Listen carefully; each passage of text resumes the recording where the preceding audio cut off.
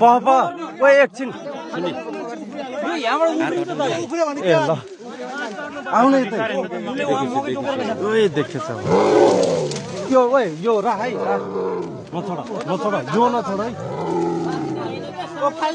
खण्डन यो मोबाइल फाल्दिनु न माथि सक्दैन मकै खाते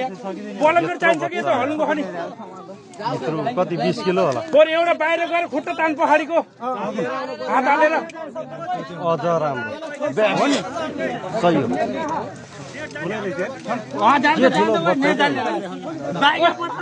एउटा बाहिर गएर टाइगर होला टाइगर